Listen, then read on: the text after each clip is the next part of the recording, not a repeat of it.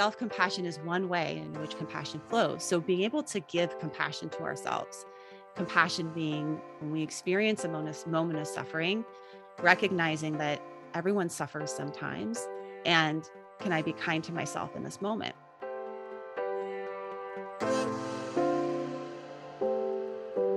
You're listening to the Wisdom for Wellbeing podcast, the show that blends science and heart to bring you evidence-based tips and tricks for cultivating a healthy, wealthy, and meaningful life. Now, here's your host, therapist, yogi, and fellow full life balancer, Dr. Caitlin Harkis.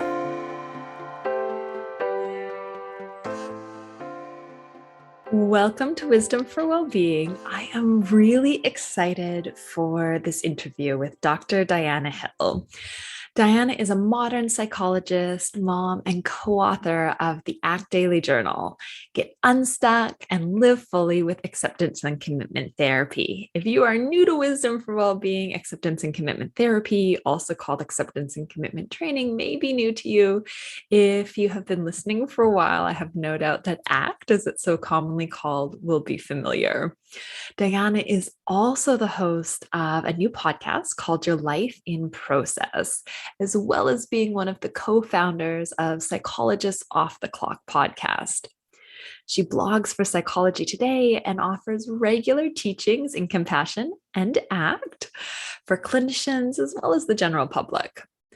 Through her online teachings, executive coaching, and private therapy practice, Diana encourages clients to let go of unhealthy striving and build psychological flexibility so that they can live more meaningful and fulfilling lives. She practices what she preaches, living as a mom of two, a homesteader, and a yoga teacher. And in fact, we are talking a lot about yoga today, which again, those of you who've been listening to Wisdom Wellbeing regularly would know is something that is so close to my heart. You can head to drdianahill.com. Also, all of her links will be in the show notes as a means of connecting to her. She offers a number of tools around psychological flexibility, and that is exactly what she's sharing with you in this conversation today. Yoga is discussed, how yoga supports Diana in showing up as the person she wants to be. She even shares a little bit today about how she took a step back from her doctorate program, from her PhD, to pursue her yoga teacher training, which I think is incredible as an example of how we can put a pause on things that are also important to us to reground and recenter. Those of you who are parents will appreciate her discussion of the three-pronged compassion approach, which allows you to really dive into the fact that you are offering loving compassion to your children, to these little people in your world, and how that can be fulfilling as well, how that can be a compassion practice that is much needed, as much as self-compassion.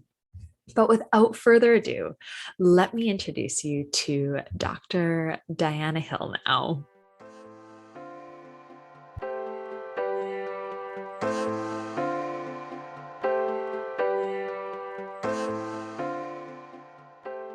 Hi, Diana. Welcome to Wisdom for Wellbeing. I am delighted to be connecting with you in our virtual sort of way and opportunity today. So thank you for being here. Thank you for having me. It's wonderful to be so far away from each other, but then also feel connected. It's very cool. Yeah, it really is amazing. And I mean, speaking of, because I was saying, I've been following you on Instagram and I've been seeing this beautiful abode that you've created where you do, I think, a lot of your values-based living in some domains, and you're sitting in that beautiful space today. So it feels really connecting. And I'm going to say connecting rather than creepy, but it feels really lovely. There is always that creepy factor of seeing the insides of people's lives, but I think it's really fun. It's kind of, you get so much of a sense of the person by what they're hanging on the walls and the little knickknacks they have around. There's actually a practice that sometimes I do with clients in therapy called the belonging box practice, where I have them bring in a little box. It has to be no bigger than a shoebox. And you bring in a box, and I want you to bring in some of the things in your life that give you that represent a sense of belonging. And it's fun to see what people bring in. They bring in little knickknacks and pictures, and then share about why this relates to your sense of belonging. So in some ways, I guess we see that in people's Zoom rooms. That's amazing. I love that. And it's interesting because I suppose we're all kind of going the same direction, aren't we? I do this yoga and psychology group.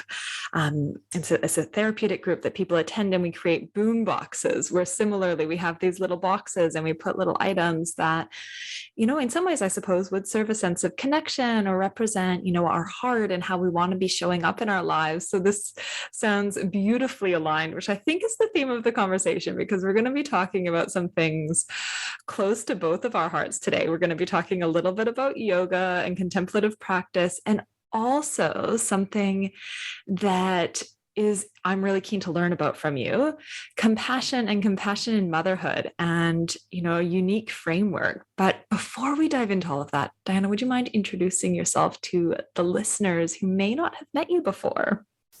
Yes. Well, I'm a clinical psychologist. I'm a mom. I'm a partner, a friend, and I like to think of myself as a psychological flexibility guide. And what that means is that I walk alongside folks, whether that's through online teachings or in my private practice, to help them become more psychologically flexible, more open and aware and engaged and compassionate, and really moving towards the life that gives them a sense of vitality and meaning. That's incredible. I really appreciate that you highlighted a number of different roles, a number of different ways you show up in your life in kind of sharing with us, and that there's a sense of walking along with people, that we're all in this journey of being human and kind of moving forward in our lives together, and that we might be able to, support and offer assistance in different ways along this path.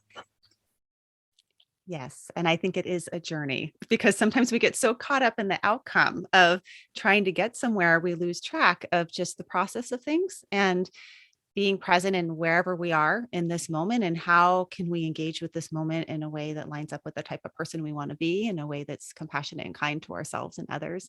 And that really is like journey, because sometimes we kind of get a little bit off track and a little bit more on track.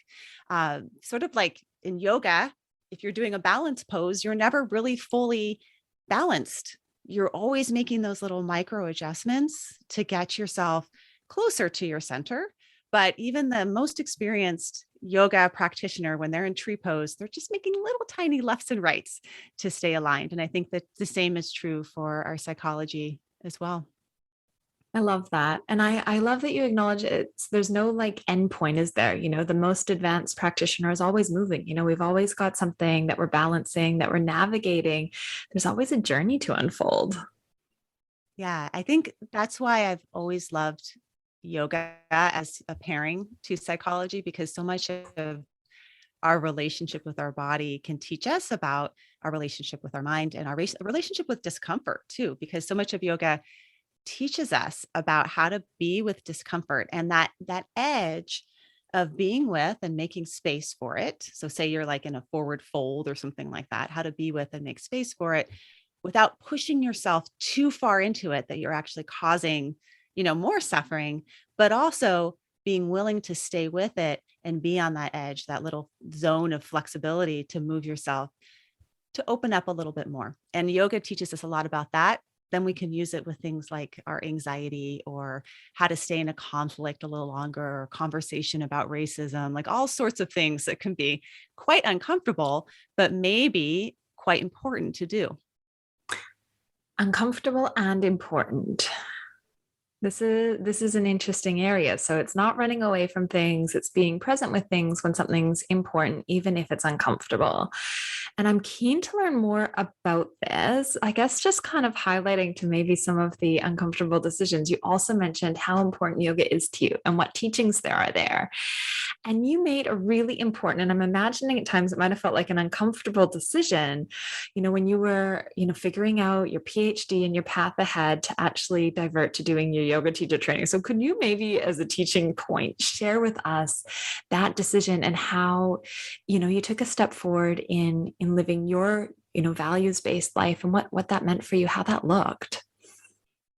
Well, life is a series of uncomfortable decisions, isn't it? I mean, what a motto. We need that on our t-shirts. Yeah. I mean, we can talk about that related to motherhood a little bit later, but yeah. So when I was in my my PhD program, I have a long history with striving, and striving in a lot of ways has actually been my frenemy. It's gotten me to great places in the world, like getting into a PhD program. And then it also can be something that I use as an experiential avoidance strategy. I use it to avoid the discomfort of, maybe feeling like I'm not good enough, or uncertainty and anxiety. And when I was in my PhD program, it was quite a stressful situation. And I also got caught in that striving. And actually, I went in to go study eating disorders because I had a history of my own eating disorder. And in some ways, you could think about an eating disorder as like the Olympian of striving. You're doing everything that society has told you to do to be successful in the world, and you're miserable, right? Mm. And so here I am in this PhD program studying eating disorders, and I'm hooked. I'm caught. I'm in my striving cycle. And before I left for my program, I made this commitment to myself. And in ACT, there's a big importance of commitment and committed action. And commitment is something that we make over and over again. But my commitment was to my recovery and to my health.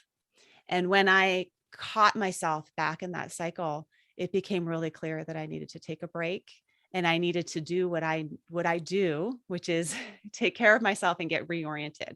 And that's what led me to a yoga ashram. Actually, I'd been studying yoga for a while before I left. And side story is that my dad was his teacher was Thich Nhat Hanh. So I had grown up with Thich Nhat Hanh very much in my household. I'd been to Plum Village and studied with Thich Nhat Hanh.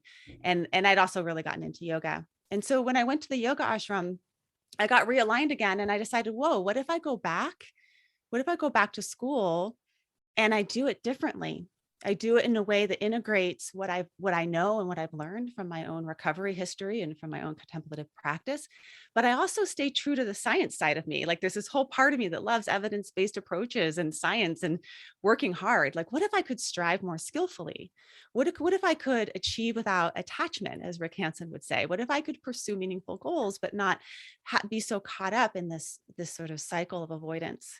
And that really became sort of a launching path for me to get into ACT, and actually first DBT and then ACT, and continue on that path for, I guess, the past 15 or so plus years.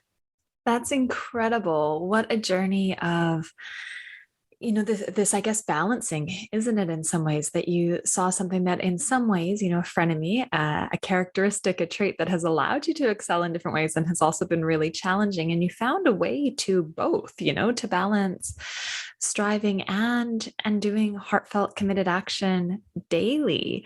So tell me about growing up, because that sounds like a really unique experience to have grown up with the teachings of Thich Nhat Hanh around you, while it sounds like also kind of moving towards an academic, lifestyle and opportunity there. Yeah, it was kind of interesting. As a kid, my mom taught at a Catholic school. So my mom grew up in Peru, and she was fluent in Spanish. She came back and to the US, where she was originally from the US and then grew up in Peru. And she taught at a Catholic school. So I went to a Catholic school, but my dad was Buddhist. And so it was always actually was kind of a thing where I felt like a bit of an outsider, and I was kind of embarrassed of, my friends would come over and my dad would have like incense burning and, all sorts of things. So it sounds idealistic, but I don't know how idealistic it is. You're always embarrassed of your parents growing up. And in some ways, my pursuit of yoga was my rebellion of like, I'm not going to be Buddhist, but I'll practice yoga. Yoga was we all rebel in our own different ways.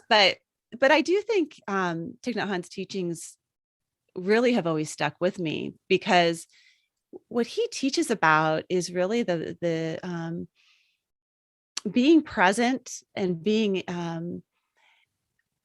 really engaged in just the simple things in life, and how much that engagement actually can bring us such aliveness and an integrity in our lives.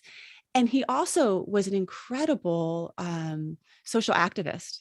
So Thich Nhat Hanh was nominated for a Peace Prize by Martin Luther King. And he actually met with Martin Luther King like in the late 60s. And they had conversations about the Vietnam War. And he was one of the reasons why Martin Luther King came out against the Vietnam War soon before Martin Luther King was assassinated. And so here was this man that like taught the simplicity of like drinking a cup of tea and how to be mindful and present, but then also had such passion for making change in the world. And he's just a very inspirational part of my life. And makes me also realize that I can just be mindful in the simple things. Like my kids are going to come home in like 40 minutes and I'm done with my day. And I can just spend a moment with them, like engaging with them as they walk in the door and appreciating them. That in doing that, I'm actually making change in the world too, because I'm teaching them about how to be present.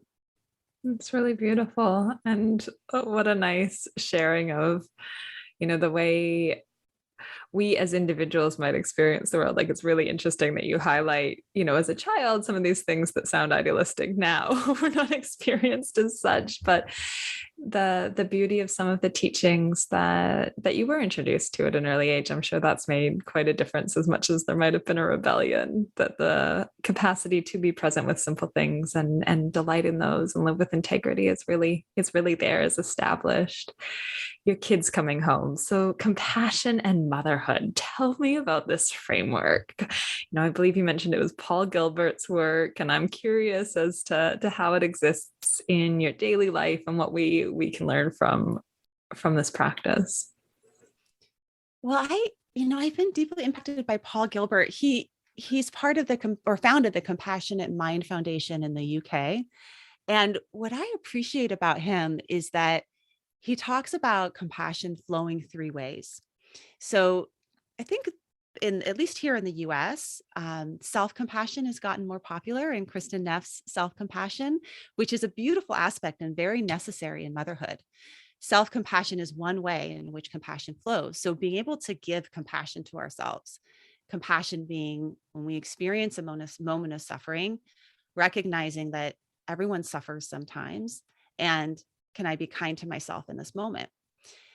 Self-compassion in motherhood is key, right? So there's lots of moments of suffering, right? There's the moments of suffering of like, I just screwed up. I just yelled at my bickering kids in the back of the car. And I'm so like, oh, I can't believe I did that, right?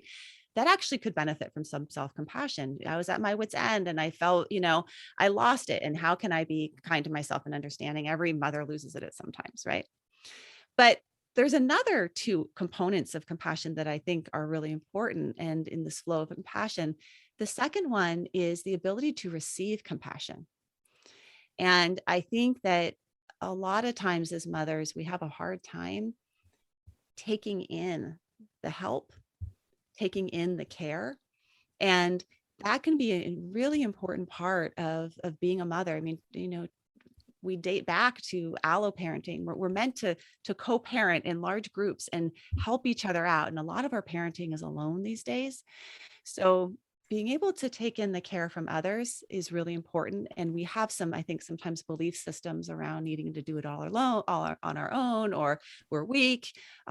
We have fears about taking in care from others, what that would mean if we become dependent. And then the third part of this flow of compassion. So we have self-compassion, we have our ability to take in care. And then the third part is about giving compassion. And I actually think that's one of the real sweet things of motherhood. How much joy I get in being able to be there for my kids when they need me. And that it actually can be something that revitalizes us. My kids I have an 8-year-old and a 12-year-old. And I don't want to tell you this, Caitlin, because it's going to, they still wake up in the middle listeners. Yeah. She has a baby. I have a baby and a toddler. So. Yeah. Okay. They still wake up in the middle of the night. Oh no. My 12-year-old still calls for me. And how beautiful. And I go in there and, there's like the drudgery of like, oh my gosh, this is the middle of the night. I just want to sleep. Right. But by the time I get in there, and I still will climb up to the top bunk, I can barely fit in the bed with him at this point, but I will climb in there. And And it is this moment of like, I'm here for him. And it feels really, really good to give compassion when he needs it. He had some kind of scary dream or something he's stressed out about, and he's still calling for me. So how lovely is that? I hope he'll still call me when he's 28 too. Oh, I But hope so. I hope so, but that's, and then I'll have some self-compassion when he doesn't. So that's the flow, right? But it really does. It helps us be able to navigate the hard stuff in life. And there's so much hard stuff to being a mom. Compassion is the solve. It's the sort of nutrients that we can plant these seeds of motherhood in, and hopefully be able to sustain the immense care that we have for our children while also caring for ourselves. That's really beautiful. I love, and I mean, I think it might have been deliberate, but you used the word that there's these sweet moments, and that the sweetness of showing up and giving compassion and care for your children is really nurturing for you as well. And it highlights something. I think you're right, that there's common belief systems, a way that we've been maybe indoctrinated into our understanding of motherhood. And there is a lot of languaging around self-sacrificing. And here's an opportunity to actually look and give and allow that to fill us up at the same time, that there can be a both experience to it. Both of us can be served in this connection and this offering of compassion. Yeah. I mean, I think motherhood has so many sweet spots, and then it has endless sad spots. It's a series of letting goes, right? I remember one day, like, realizing, oh my gosh, like, when was the last time I pushed my kid on a swing? I can't remember the last time. It's just sort of stopped happening. Right. Or, when they're little babies, when was the last time that I nursed him? Right. I don't remember. Like, if I knew it was the last time, I would have done things so differently. All these moments of sadness of our kids, but also just the real struggles of loving something so incredibly much and not being able to fix it for them, and choosing not to fix some stuff for them. Like, it's really helpful if we don't. I was actually talking to another mom, and she was like, it's no longer helicopter parents. It's steamroller parents. They just go in and like clear the whole path. Right. And that really our job is not to be steamrollers and clear the path, but we have to kind of leave some bumps in the road for our kids to trip over. And that is painful, but that's again where compassion shows up, because there's a bigger purpose to that. There's a and values as well, and act. There's like a bigger meaning behind doing that, letting our kids experience life and come against challenges and navigate them and get stronger in the process of it. This is a really interesting point. So that in stepping back and leaving some of those bumps and actually seeing our kids in these moments of suffering and struggle and pain, to allow them to have that experience, knowing that this is important for their path, and stepping back, that being aligned with values, that being a practice of compassion. How do you go about ensuring you've got enough in your cup to regulate in those moments? Because I wonder how this relates to your practices of self-care, and where yoga and contemplative practice might fit in terms of how you then show up in those moments of intensity. Yeah. I think one of my real challenges as a mom has been, I think when I had younger kids, especially, yoga and meditation have always been how I source. And then all of a sudden you have a toddler and a baby like you do. And the expectation to go do a yoga practice becomes like another to do. And then all of a sudden I feel guilty that I'm not doing my self-care. So I just want to start by saying, it's really important that we don't load on to mothers that they need to be doing self-care. And because they're not doing self-care, they're not good enough moms, because it could be like another, Yeah. You know what I mean? It's cruel. It's totally cruel. Yeah. So let's just start there. Like, if you're not this is journaling and doing flexibility, isn't it? Yeah, it's about flexibility. And it's about, one of my mentors is Rick Hansen, who I just adore as a human and as a teacher. And he talks about this concept. I had him on a summit that I did on striving a while back. It's a free summit and it's on my website. People can actually go participate in and see Rick Hansen's talk and lots of other really amazing We'll put the people. link in the show notes, Yeah, listeners. you can put it in. Yeah. But he talked about it. He talked about psychological hydration. And it's sort of like how do you throughout your day do those little micro doses of self-care practices? Everything from, like, for me, like a micro dose of self-care is between sessions. I do 50-minute sessions. I don't write my note, although probably be nice if I did, but I really take those 10 minutes to go just walk outside. Sometimes I'll walk to the mailbox. Sometimes I'll go feed my chickens. Sometimes I'll just drink a glass of water without my phone, without anything, to just have a peace and quiet of 10 minutes. 10 minutes. And that can kind of be my psychological hydration to get into the next client. So sometimes that's the case of turning whatever your hour-long yoga practice before kids was into now it's like a 5-minute practice. When I read with my kids, I started realizing, like, I want to take care of my body while I'm reading with my kids. So we started doing things like reading with our legs up the wall. And we'd lie on the floor and read with our legs up the wall. And I'm like, I'm doing the end of my yoga practice right now. Right.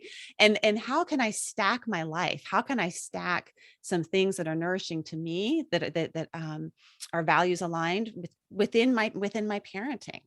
And sometimes that's like, when I'm doing an arts and craft project, I'm doing it too. I'm not just cleaning it up and setting it up. I'm actually sitting down and painting, and it's wonderful, So I think with parenting, you got to kind of get it in where you can fit it in, and not have to have these expectations around what, like, the ideal, self-care practice is, because it's I hard like to that do. there's an element of playfulness in some of this as well. Like, what another delightful way of existing in this experience where it can be tiring, and, there is a lot of energy that goes out, and here's a chance to play, and delight.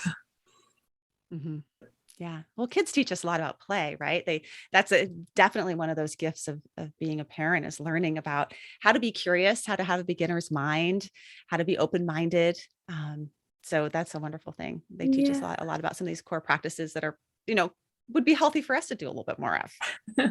And open-mindedness too, in thinking of, oh, how can I read with my kids? How can I show up, and how can I bring these things, into life in a way that integrates with the season that you're in the moment? I think that's really nourishing and flexible and permissive. It kind of gives us as parents, as mothers, the chance to know that we don't have to, air quotes, have to do hours of yoga or hours of meditation, or, make these well-designed meals or things like this, that it's actually just showing up daily and finding these moments where we can.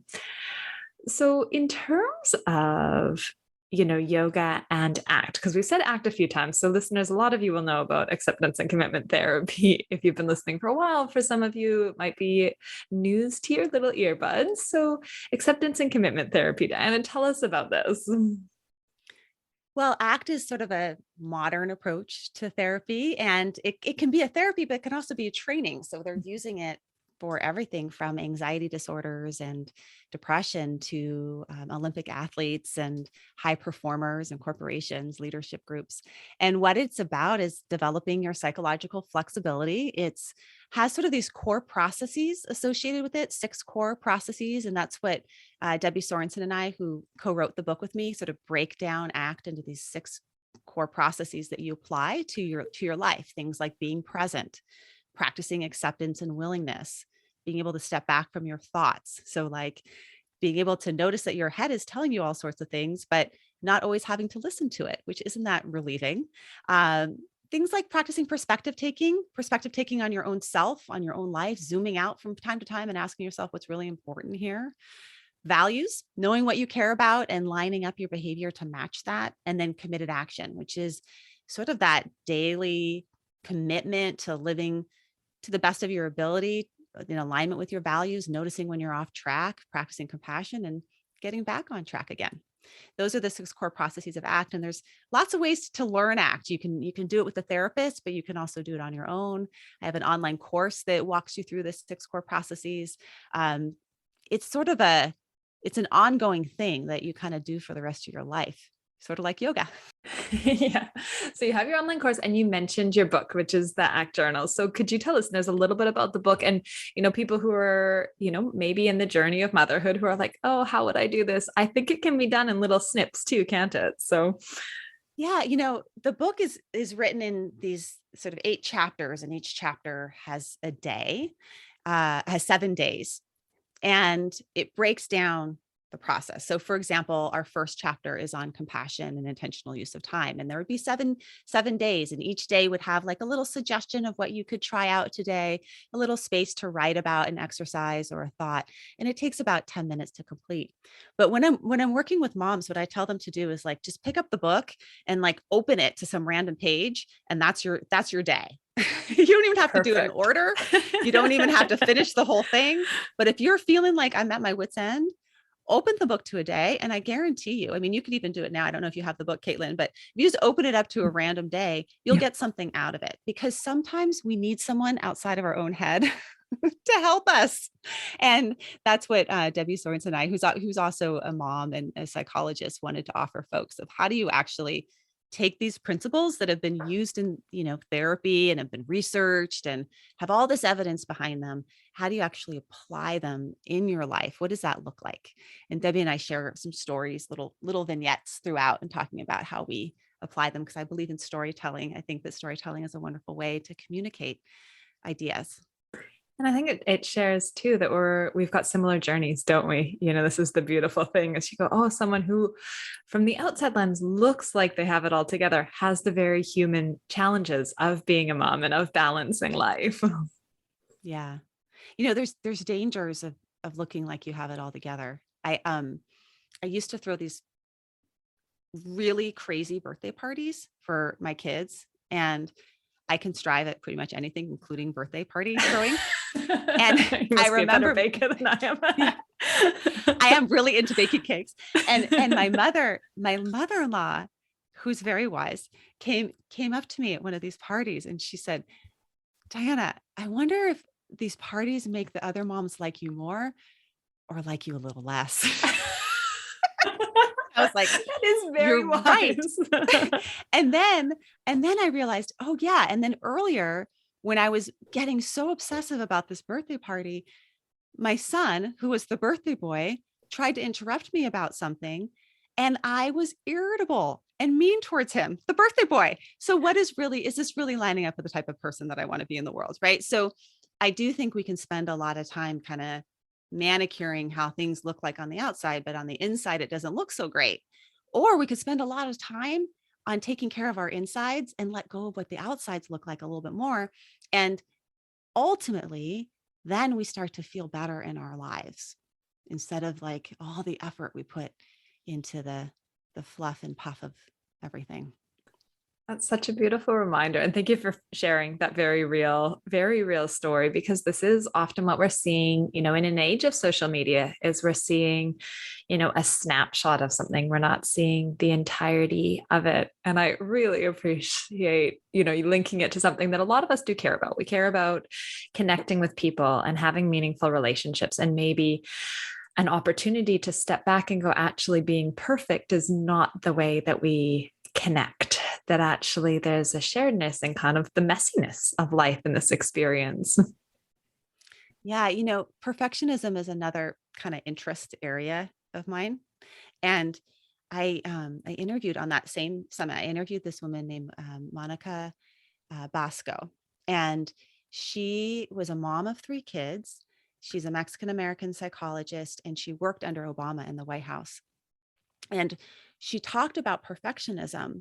And what she talked about is that sometimes perfectionism is helpful. She said, when I used to work on these research projects for the NIH, I was a perfectionist. I double checked, I triple checked, I made sure. But in other areas, it wasn't helpful for me to be a perfectionist. And so it really changed my idea of sort of how could we be more, if you lean towards perfectionism, which I do, how can you be a flexible perfectionist? Be a perfectionist where it matters to you, or where it's really important to be. Like if you're a surgeon, please be a perfectionist before you get anywhere in there. Thank you very much. Yeah. I appreciate your perfectionism. But get flexible where it matters less and stop wasting your energy, right? Stop, put your energy where you want to put your energy. And I think that's what's kind of interesting about this whole ACT model is that flexibility can spill into every single arena of our life. And the more flexible we become, then the more freedom we have in our life to pursue meaningful pursuits because we're just super flexible, which is kind of like yoga. Bringing it back to yoga, and you mentioned the 6 core processes of ACT. I'm a big believer that yoga can be like this experiential playground where we actually bring, the different, the different processes of ACT to kind of unfold in an environment that is a little bit more structured, where there aren't so many distractions, so we can walk off the mat and into our lives a little bit more.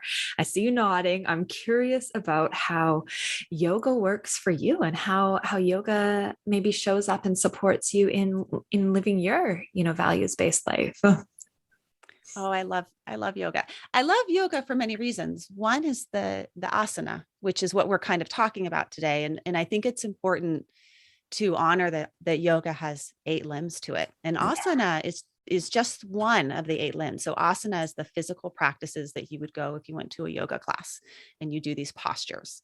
The other limbs of yoga are things like the yamas and the niyamas, which are the principles of yoga, the ethical principles, things like doing self-study, practicing santosha, which is contentment, practicing letting go, parigatha. Like, how can I just completely surrender and let go?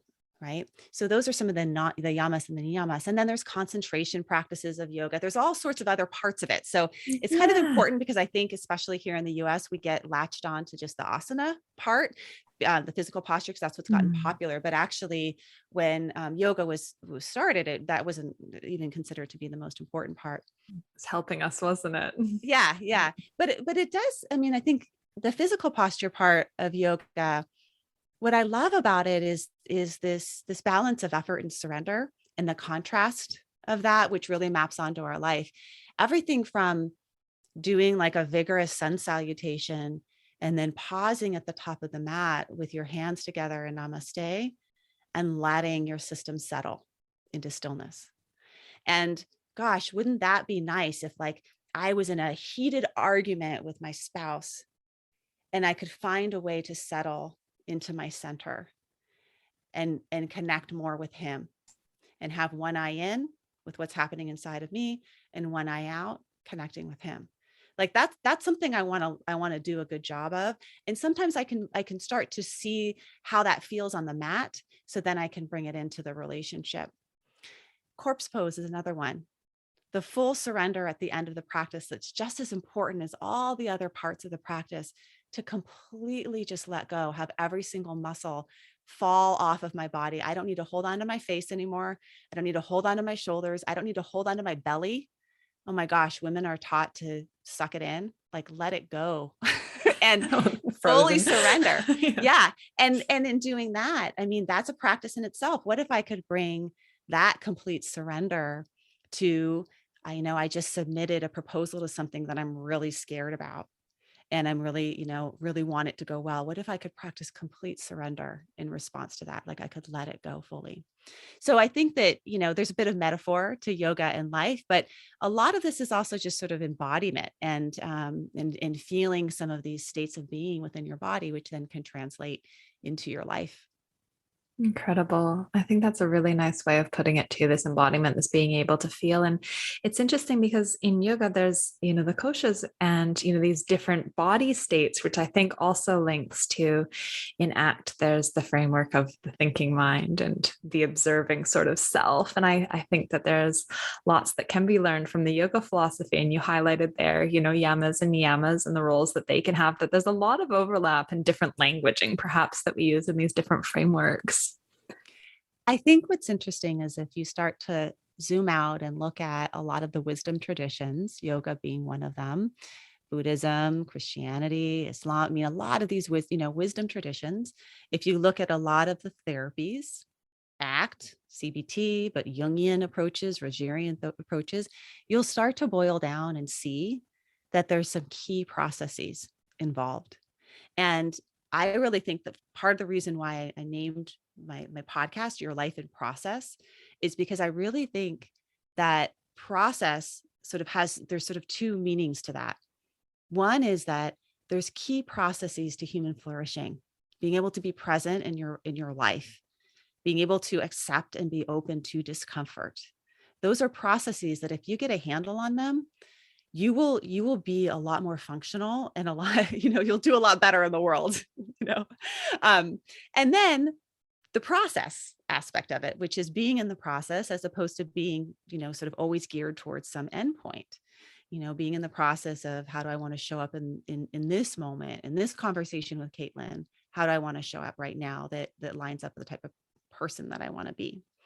So I think it's, we said kind of a lot of times when people are learning ACT, they're like, oh, but that is exactly like, psychodynamics, but complexes, and we just have different words for some of the same stuff. And it's because it's stuff that works. Yeah, we're all pointing. So can you share, Diana, with listeners, you've got a new podcast coming out, you've got a few offerings. Do you mind just sharing with listeners how they can connect with you following, hearing you and kind of, I guess, getting a bit of a sense of the wisdom you are teaching today? Well, drdianahill.com is sort of my landing page where you can see my podcast there. You can read my blog and you can, learn about some of the online course that I'm offering and any events that I'm involved in. And then Instagram, talk about frenemies. I was successfully never signed up for a social media account until about a little over like a year and 2 months ago. And when I came out with this book, it became really clear that I needed to have some kind of social media presence if I ever wanted to sell a book. If I ever wanted to get the word out, people need to hear where you're, I can't just tell my friends. And so it's been a real practice for me of how to be in that world and try and put out information that is values aligned and that hopefully helps people, with always the intention of I want to help people and not do harm, and also aware of how images can be very painful for people and not helpful. So it's always, it's like I want to put a pretty picture of my office, but then I'm also kind of want to show like, this is, also what my office looks like. I'm going to have some behind the scenes mess pictures too, because thank you. Gosh, what a challenging world we live in now with social media. It's a blessing and a curse, isn't it? It really is. And it's really interesting that there is these behind the scenes, because truthfully, some of the things that I myself have put on social media and have gained some traction have been when I have walked around the chaos of the house with young ones and talked through the process of compassion practices in these contexts. So I think people will appreciate your behind the scenes as much as they really appreciate the integrity of what you're offering and sharing with them, Diana. That's such a gift. And listeners, so you'll be at Diana Hill, I believe. Is it Dr. Diana Hill on social media as well? So people who are kind of tracking you down there can connect and soak up your teachings. Thank you so much for creating the space today and sharing this time with us before you head into, your loved practice, your compassion practice of being with your children as they get home from their school day.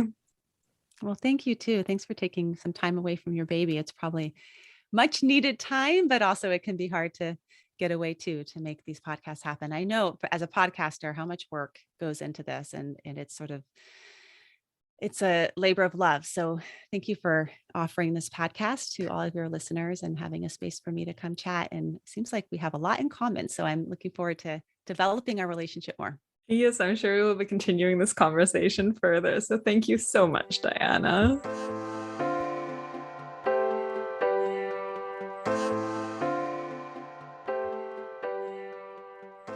I hope you enjoyed that conversation with Dr. Diana Hill as much as I did. So head to drdianahill.com to connect with her, at Dr. Diana Hill on all the socials, Instagram, Facebook, Twitter, YouTube. She is showing up there and offering her wisdom, her teachings in a very real way, as you've heard. It would also be, aligned, if it interests you, to grab her ACT journal. You can look at her Introduction to ACT online course as well. So these are brilliant offerings that, may support you in your journey. The links will all be in the show notes. And if learning more about ACT and yoga specifically is interesting to you, head to drcaitlin.com/yogabrain, and you can learn more about my 8-week yoga and acceptance commitment therapy course there, where we learn how yoga can be an experiential playground for these skills of psychological flexibility, as well as positioning this within an evolutionary framework, understanding why some things can be so hard, so painful, so challenging for us, and how we hold that while moving forward in cultivating a life of meaning and purpose, cultivating a sense of vitality. So I look forward to connecting with you next week on Wisdom for Wellbeing, dropping back in your earbuds then. Bye for now.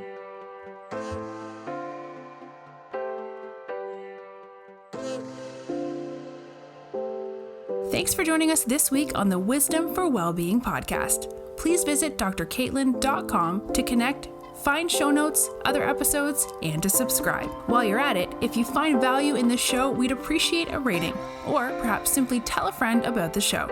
Wisdom for Wellbeing is not a substitute for professional, individualized mental health treatment. If you are in crisis, please contact 000, your local emergency number if you are outside of Australia, or attend your local hospital ED.